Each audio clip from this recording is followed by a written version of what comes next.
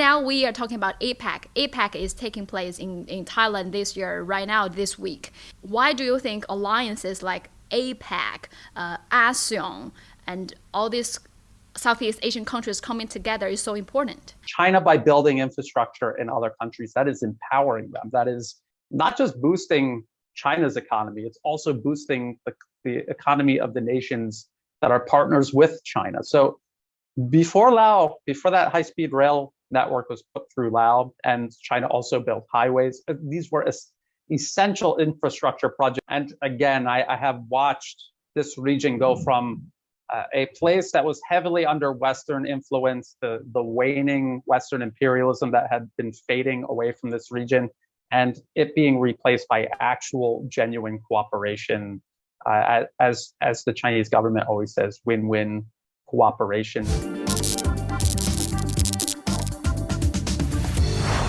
So joining me today is Brian Berlect. He's a geopolitics analyst based in Thailand and the former U.S. Marine. So Brian, welcome back to the show.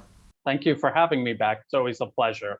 The first time I interviewed you last year, you mentioned something really interesting because you lived and worked in Thailand for almost 10 years, I think, and you saw what happened in not just in Thailand, but in the whole Southeast Asia, this region. And during the first interview we did, you said you hope that China can help Thailand, or rather have more cooperations with Thailand. And it's interesting, it's happening now because Chinese President Xi Jinping landed in Thailand today as we are talking. And because of the APEC meeting, he was invited by the PM of Thailand. So I'm sure during this APEC meeting, they will have a lot of deals and cooperations in different areas between China and Thailand. So I'm wondering, what do you make of this? Actually, I've been here for almost 20 years now. So I have seen quite a transformation in the region, in Thailand and the region. And just to give a few examples of things that happened recently and things that are still having a very positive impact, even despite the slowdown because of COVID, the high-speed rail link that China built through Laos from Kunming to Vientiane, right on the border with Thailand, that has been so successful that even though Thailand's leg of the high-speed rail project with China is behind schedule, but Thailand sees how well it's working for Laos, and they're rushing to create connections over the border to bring in Chinese tourists from Laos into Thailand and to help business owners send and receive goods via the high-speed rail. So it's just one example of some major projects that we heard a lot of pushback in the Western media over, but has a tangible, visible positive impact almost immediately after it was built. Of course, you spend money on these things, it costs money, takes a while to pay back, but there's an immediate benefit to having it. We can see that not just in Laos, but also in neighboring Thailand. It's just one of many examples. Now we are talking about APEC. APEC is taking place in Thailand this year, right now, this week. But just before APEC, there was G20, ASEAN, all these regional alliances. And you see countries in the whole Southeast regions and from different regions are working together. And actually not just in Asia, in Latin America, in Africa, you see in every continent, countries are getting together, forming their regional alliances to figure out ways to develop their regional economy. Why do you think alliances like APEC, ASEAN, and all these Southeast Asian countries coming together is so important? Well, ASEAN is very important for Southeast Asia because these are all immediate neighbors. And then ASEAN's immediate neighbor to the north is China. And these are countries that have ties and relations and trade that stretch back generations and generations, centuries and centuries. So it seems like a very natural progression socioeconomically and politically. All of these groups of people continuing to work together, trade, travel to one another's nations, increasing understanding among each other. And again, I have watched this region go from a place that was heavily under Western influence, the waning Western imperialism that had been fading away from this region, and it being replaced by actual, genuine cooperation, as the Chinese government always says, win-win cooperation. I've watched it. I've watched it happen. I've watched one system fade and one replace it, and you can see the difference. It's a stark contrast. Mm. By the way, actually, before you mentioned the railways in Laos that China helped build, and just in the past 2 days during the G20 summit, another high-speed railway that was with Chinese technology is the Jakarta-Bandung railway, high-speed railway. So I think Jakarta-Bandung high-speed railway was the first high-speed railway in Indonesia, and that was also the first one that fully used China's technology, China's standard equipment. It's a good thing for not just Indonesia, but the whole Southeast Asia, because we know we have how important infrastructure is for a country to develop the economy. So yeah, those railways infrastructure are very important projects, cooperations under the Belt and Road Initiative, I gotta say. These projects would not have happened without China's involvement. I was here for many years. I didn't even hear of infrastructure projects being proposed by the United States, by Japan, when they were the main players in the region, as China was still on the rise. They never even talked about these type of major infrastructure projects. And the reason why is because the United States doesn't see cooperation with other nations around the globe. It seeks to control them. The way you control a much larger rest of the planet is by keeping nations underdeveloped, weak, and divided. This is what the United States, this is still their strategy, even to this day. They're not competing with China on an equal level. They're still using this strategy of dividing and conquering. One interesting thing, since you mentioned the United States, because before APEC meeting, U.S. President Joe Biden, because he went to the ASEAN meeting and he met the Cambodian leader Hun Sen, and I think according to the reports from Western media, I think during the meetings, Biden was asking, even though he was meeting Hun Sen, was trying to look for cooperations, but I think during the meeting he was asking, hey, by the way, is Chinese military there? So he's suspicious that Hun Sen or Cambodia is hiding Chinese soldiers somewhere in their country, and he's so concerned. And that reminds me, because I saw interviews from African leaders, Latin American leaders, and they basically said similar opinions. Former Chilean ambassador to China said, every time the Chinese cabinet came to Latin America, they talk about business, trade. Every time the US cabinet came to Latin America, they talk about China. And same for African countries. Every time some American officials went to Africa, they will landed at an airport built by Chinese and drive on the road built by Chinese and speak at a venue built by Chinese and warn the locals don't work with Chinese. And I think it's kind of similar this time. And now they pivot to Asia, and they are so eager to convince their alliances in Southeast Asia that work with me, and they want to counter the influence from China, right? Now they start to warn the Southeast Asian countries, hey, don't work with China. We are here to offer you alternatives. We are here to help you counter the influence from the big China. So I'm wondering why the United States or the West is so obsessed with the Southeast Asian, the Asia-Pacific region. They will call it Indo-Pacific, but it's a very strategic term. Here is Asia-Pacific region. So why the United States is so obsessed with Asia-Pacific region? It goes all the way back to the end of World War II. This has been U.S. foreign policy, no matter who's in the White House, who is in Congress. It has always been to encircle, contain, and control China. And they were doing that through Korea and Japan, Southeast Asia, and India. These were the major points where the US was focused on building up its presence, encircling, containing, and isolating China. So it's so funny when Chinese representatives come across the region, they're talking about construction and cooperation. And what even in CNN, the headline, I haven't memorized the headline, but it was something like Biden comes to counter China. Counter what? What is China doing in this region that you're countering? Cooperating, constructing, building things, trading things. Why would you want to counter that? And by countering, what are you doing to the people actually living here? What are you asking them to do? To stop doing business with their biggest trade partner?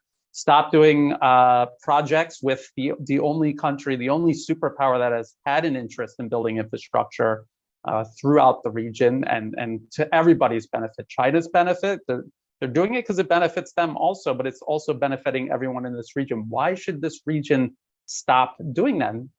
What the US really wants to do, but it can't openly say, is it wants Southeast Asia to fight its proxy war with China, just like they have Ukraine fighting its proxy war with Russia. It's the exact same process. The same organizations and institutions within the US government are involved, and they create the same type of opposition groups in this region that they have all over Eastern Europe and including in Ukraine. It's very similar.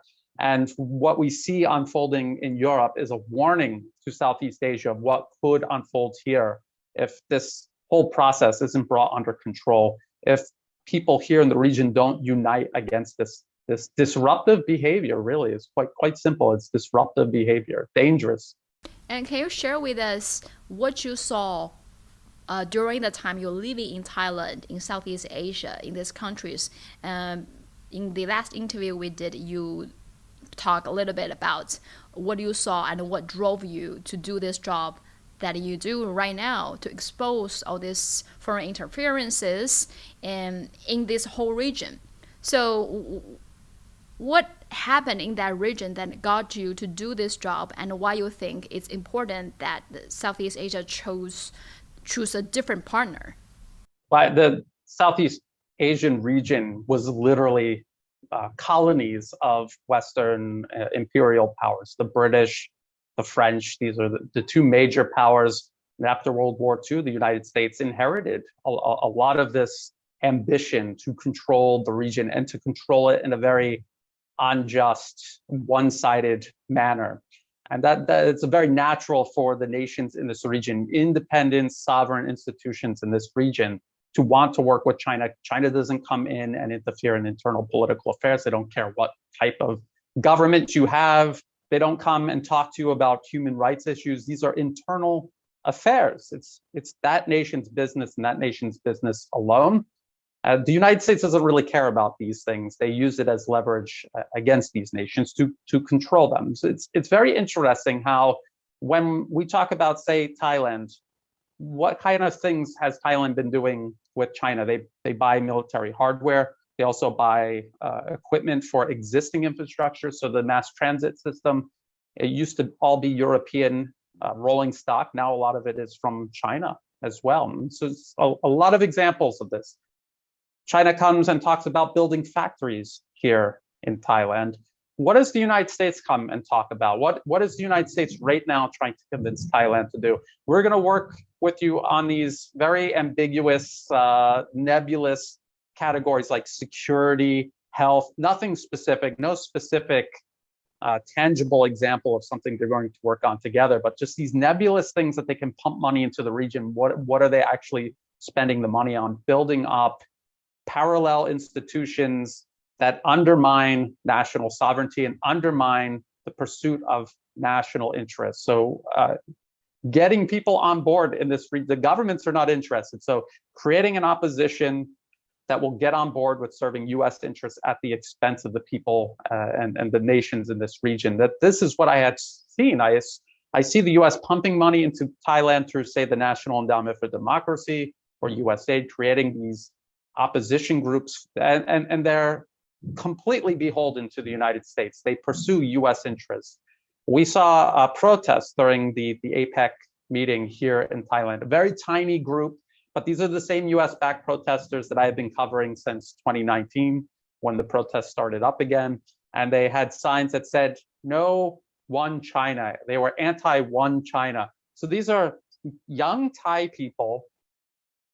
Honestly, does anyone really believe that is something that is really a serious issue in their mind? No, it's because they're getting money from the US to do this. That is a US talking point that they're pushing, the whole one China issue. It's interesting because at the same time, US President Joe Biden was talking to the Chinese president about how the US still upholds the one China policy. They have a US funded opposition group at APEC saying no one China. So it's a very familiar pattern. People who are acquainted with the way the U.S. does foreign policy, this is a very familiar pattern. Say one thing, do another. The U.S. has an organization called the National Endowment for Democracy. It's funded by the U.S. government. It's overseen by the U.S. Congress and State departments. They have a website. They have lists that disclose some of the funding that they make available. And you can find the name of the opposition groups in any country in the region: Cambodia, Thailand, Myanmar, Malaysia, Indonesia, every country the US is meddling in. There's a long list of programs and even some organizations named by name on the lists. And you can go to their websites. You could also find it. You can track down the money. You can also see them at the US Embassy or going to US government sponsored events. So they're not transparent in the sense that this is openly done and transparently done. But when you are meddling on this scale, there's always a paper trail. And this is what I've spent years exposing and showing the documented evidence. So a lot of these groups will claim, no, we're not funded by the US government, but we have the receipts. We have the physical evidence to prove it. You mentioned that I think working with China may change the situation that the whole Southeast Asia is under the US imperialist rule. But I think I heard many concerns from people either in Southeast Asia or different, maybe the West. Some kind of worry, what if China will just replace the US and be the next hegemon, and the next superpower just dominates this region and impose their wills on that region again? They just repeat what the Western powers did. Do you think, or have you seen any trace that that's what China going to do next? I mean, anything is possible, but if we look at what's actually really happening and how it is unfolding, like I said before, the United States and before the US, the European and imperial powers, their goal had always been to control other people, other nations, and keep them downtrodden, underdeveloped, downtrodden, never to empower them in any way, to give them any even glimpse of sovereignty, true, genuine sovereignty. That is the exact opposite of China. China, by building infrastructure in other countries, that is empowering them. That is not just boosting China's economy, it's also boosting the economy of the nations that are partners with China. So before that high-speed rail network was put through Laos, and China also built highways, these were essential infrastructure projects, if you were. And I traveled through Laos from Kunming to Vientiane by road, winding through these mountains before even the highways were built. And it is so inefficient and dangerous. And this was essentially isolating Laos from the rest of the region. Their immediate next door neighbors, you cannot get there because of the mountains and the windy road. So it took something like 3 days to go from Kunming to Vientiane. And it really was an unpleasant trip. But people were doing it because this was how they were doing their business. But now they have a highway where the same trip is less than 24 hours. Now the high-speed rail cuts that trip down even further. This is going to boost Laos' economy. It's going to make it a stronger country. Before that, they were at the mercy of, say, these US funded NGOs. I remember seeing their SUVs driving around on dirt roads in the capital. The capital actually had dirt roads at one point. It stayed that way. Fight country poor and keeping it under Western influence. And so China coming in and investing in that way benefits China, benefits Laos, and it pushes these interests from the West out because they're no longer able to tell Laos what to do. They have the leverage to say no now. I went to Thailand several years ago, probably 5 or 6 years ago. It's a wonderful country, very beautiful tropical island, and the local people are so welcoming and so nice to us, especially the Chinese, because we have a lot of tourists every year to go there. Maybe not many during the pandemic years, but I'm sure soon there will be more because we just changed the COVID restrictions. So I'm sure there will be more tourists going to Thailand now. So I'm wondering, during your stay in Thailand, have you seen any improvements between China and Thailand? Have you seen any improvements in Thailand because of the cooperations with China, if there's any? Oh, yes. I mean, in so many different ways. Just day-to-day life, you see the technology produced by Chinese industry, and through trade between Thailand and China, you can see it in improving everybody's lives.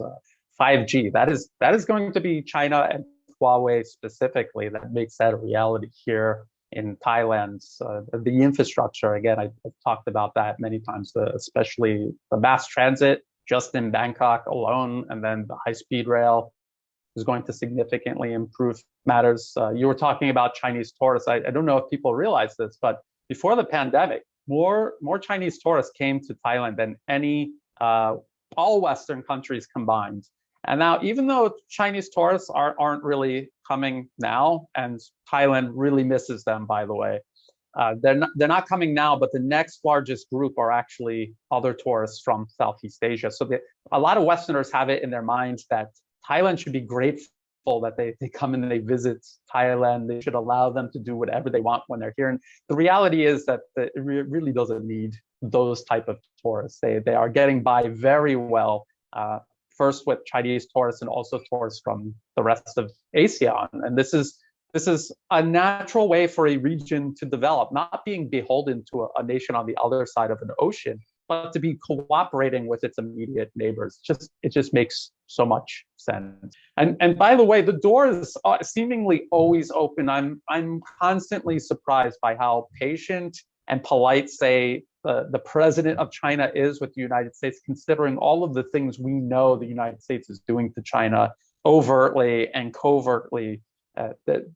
There's obviously this desire to have some sort of relationship, at least in the future, even if it's not practical right now. So I just think it's the U.S. imagining, or at least telling people that China is the threat, but it's actually the United States. And it's the world trying to very delicately avoid being caught up in that, and to just get back to business. Mm-hmm.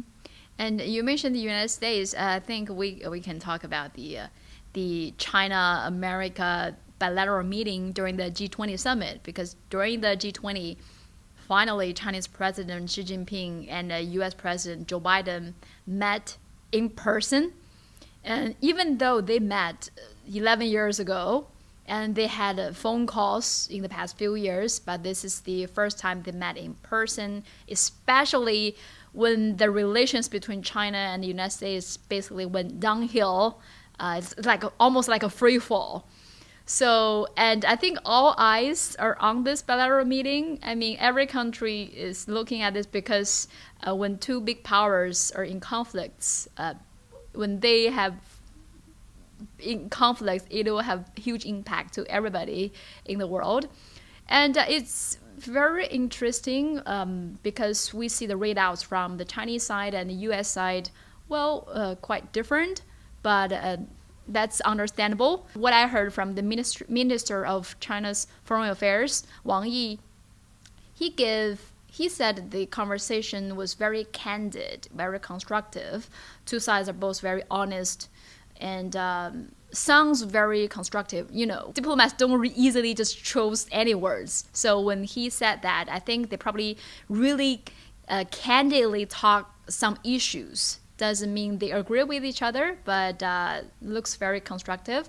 But I'm wondering, do you think it's a constructive, very helpful bilateral meeting between the two sides that it will lead to some positive results? I heard another analyst actually give a very good take on this. It sounded like the United States and China were just talking past each other. The United States insists on China falling into line under this rules-based order led by the United States, and they won't accept anything else. So they're just going to continuously repeat this mantra. And China and any sovereign nation has the right to refuse to be subordinated to another nation. And so they are going to continue looking out for their best interests. What's interesting is actually reading the statements or the readout from the White House and from the Chinese government. And the White House, you're reading through this and you see the United States talking about, well, we're so concerned about Xinjiang, Tibet, and Hong Kong, and Taiwan.